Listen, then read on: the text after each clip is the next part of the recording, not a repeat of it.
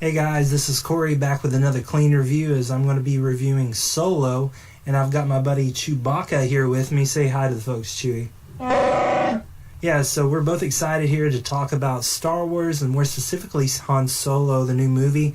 I've got my notes on my phone here. I'm not going to really edit this video much, just go through my notes, give you my impression, and tell you if I think you should go see the movie or not. So I'm just going to start off the bat here and say that Ron Howard did it. He did it. Despite all the opposition from Star Wars fans after The Last Jedi, I don't know what the response is as far as the hardcore fans. I hear some don't like it, some like it, but in my personal opinion, I think Ron Howard did it despite all the backlash from The Last Jedi and despite all of the hullabaloo from the Lord and Miller thing, to where they shot almost 80% of the movie, or actually they shot the whole thing. They shot the whole Han Solo movie, and Kathleen Kennedy and the people over at Lucasfilm looked at it and said it's too humorous.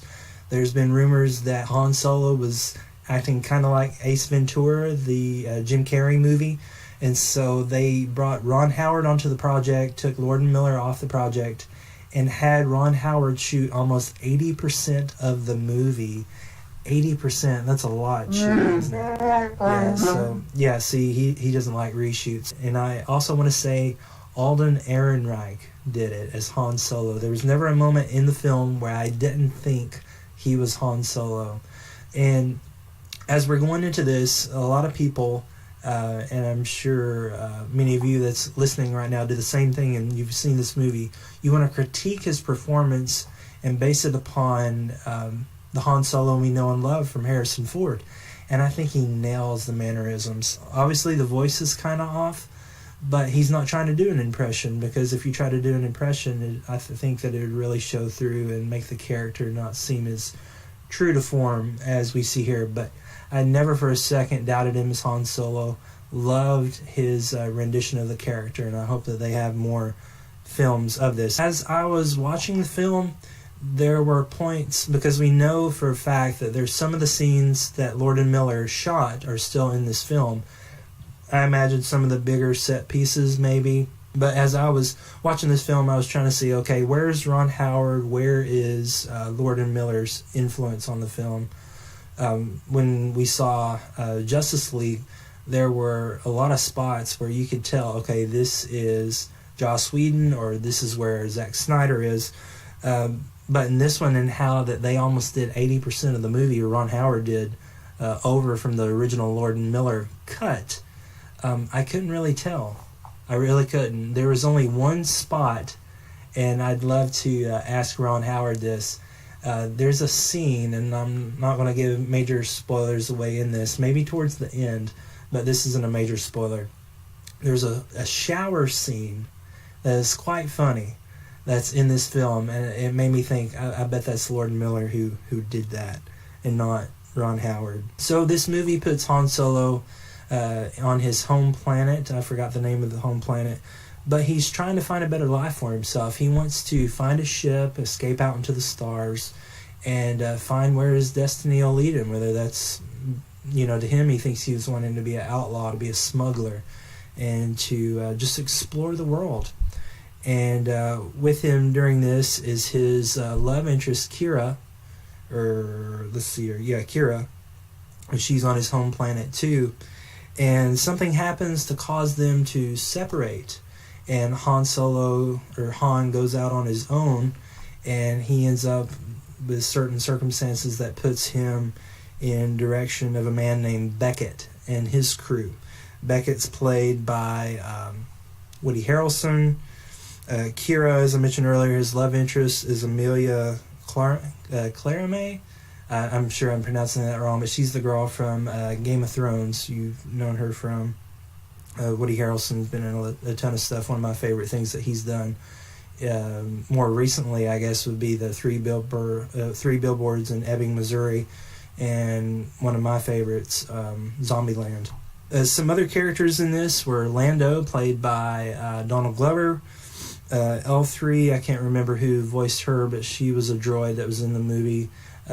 She had a nice little story offshoot from the main plot of the story, where she was looking to give equal rights to droids, and that they shouldn't be fighting each other, and that they should be able to be served in the local cantina, just stuff like that. And it has a pretty funny payoff. This movie is a lot about origins, where people come from, where how people meet, how they acquire certain things, certain big points of Han Solo as a character. So not getting into much spoilers again, not at this point anyway. We learn where Han came from. We learn how he got his name. We learn how he got his gun. We learn how he met Chewie, which, Chewie, you're right here with me. Are you still with me, buddy? Yeah, he's right here with me. The one who is in the Chewbacca suit, I'm sorry, Chewie, I know you're real, and I know with your scheduling conflict sometimes there has to be somebody that's in the suit to take over for you when you can't be there on set. So the original guy, Peter Mayhew, he's not in this movie. The last movie he did was in The Force Awakens. I don't think he was even in The Last Jedi. But I know I'm going to pronounce his name wrong, so I'm just going to pronounce his first name, Joonas. But the cool story about him is that he was a college basketball player who went to school for film, and then there was a call that they needed somebody who was a really tall person who could possibly be in a movie. And so he accepts the offer, and I don't know if he knew that he was going to be auditioning for a Star Wars movie, but you got to think this guy's set for life now if he continues with Chewbacca. So in this movie we learn how they meet up with one another, and we learn how he meets up with Lando. And you know, the first time we see Lando is in The Empire Strikes Back, where this deal is getting worse all the time, with Lando Calrissian, and we see that he's a swindler with what he does with Darth Vader in that movie. But for some reason I didn't expect him to be such a swindler in this movie, so it kind of gives more backstory of how he's someone who likes to cheat and likes to get his way by doing little tricks, and we see more of that from his character with Donald Glover. One of the big tent pieces in the movie is that they have to make the infamous, and this is getting into spoiler territory, I guess, but it's not really a big spoiler. They have to do the Kessel Run. Before I get into major spoilers, because there's a huge spoiler at the end of this movie, right, Chewie? Right, Chewie? Yeah, he knows what I'm talking about. It's near the end of the film. But one thing that I really want to comment about you, Chewie, is that between you and Han, that was one of the best things about the movie for me, is just how you and he, you're welcome, how you and he just interact with each other, and just to see that friendship grow. And I know it's really cheesy to say this, but there was one point, and you've seen it in the trailers, where they're on the train, and Chewie, you're leaning over and things. And, yeah, I know it was scary. You were leaning over, and you're about to hit the cliff or something, and Han just pulls you back in, and he looks at you and says, "Man, that was a close one, buddy." Yeah. I didn't shed a tear, but I kind of got a little water around the eyes a little bit, just like seeing these people just have such chemistry with one another. It was a lot of fun. So, spoiler time. Chewie, tell the folks spoilers. Right, spoilers. So, at the end of this movie, the good guys win, which is kind of obvious, but with The Last Jedi, the bad guys kind of win, so it's not necessarily a guarantee in the Star Wars movie that the good guys are going to win. But the good guys prevail in a sense. Han is with Kira at that moment. She tricks him into thinking, yes, go after Chewie and Beckett. Beckett's turned on the bad guy, and he's taken the stuff for himself because they've eliminated their forces outside, and so the only thing between him and a good payday is the bad guy, and so he's taken Chewie with the material, whatever that stuff was, away.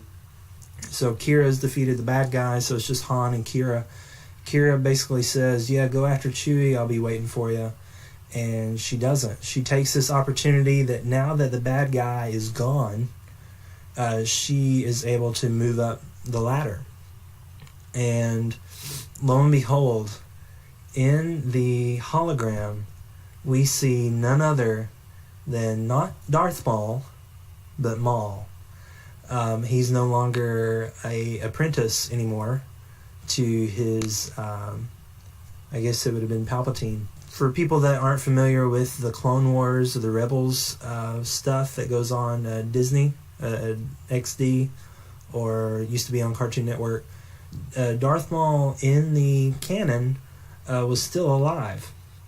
Whenever in the Phantom Menace, when he was cut in half, there was a group of people, I forgot what their name was, but they gathered him up and put legs on him. So he's alive. And we learn in Rebels later on how his demise is. But where this movie takes place in Solo is before Darth Maul's ultimate end. So it was really cool to see him. And interesting tidbit with that too is I don't remember if at all Darth Maul talks in the movies. He was pretty much just a silent character. Like I said, I don't think he even talked. But in the Clone Wars and Rebels episodes, he did talk, and it was voiced by Sam Witwer. And in this movie, Maul isn't talking, like he's lipping or lip syncing, but the voice is actually Sam Witwer from the TV show. So it's really cool to see the canon working that way, like that, for those who are Clone Wars fans and Rebels fans, to have that satisfaction of, oh my goodness, that's Sam. He's talking right now.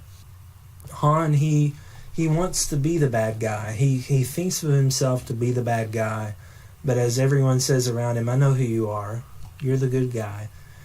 So despite his leaving, despite his wanting to be this other, wanting to be like a Beckett or Kira, he's actually not those things. He's the good guy. And it had a cool thing there at the end, and I'm sure you saw it as well, that when Beckett is holding Chewie hostage, Han Solo comes up on the scene and he's got his gun aimed at Solo. Or excuse me, Solo has his gun aimed at Beckett.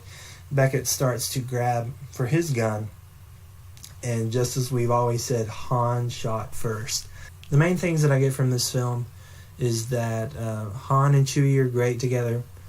Love the Falcon.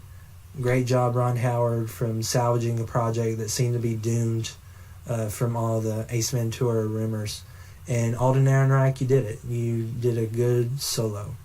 And so I hope to see more despite the box office. Hopefully, after this Memorial Day weekend, people will hear some good things about Solo and want to go see the movie. So that's my thoughts. Tell me down below what you think. Did you like the movie? Did you not like the movie? Just let me know, and I hope to see you soon with another clean review. And Chewie, do you have anything to say else about the movie? Okay, so you would like a sequel. When do you think that would be? Okay, so you want a pay raise before they guarantee a sequel. Okay, you may have to get your manager on that, because, I mean, how can you replace Chewie, right? Yeah. So, I'll have his legal team get on that, and guys, I'll see you next time. Bye-bye.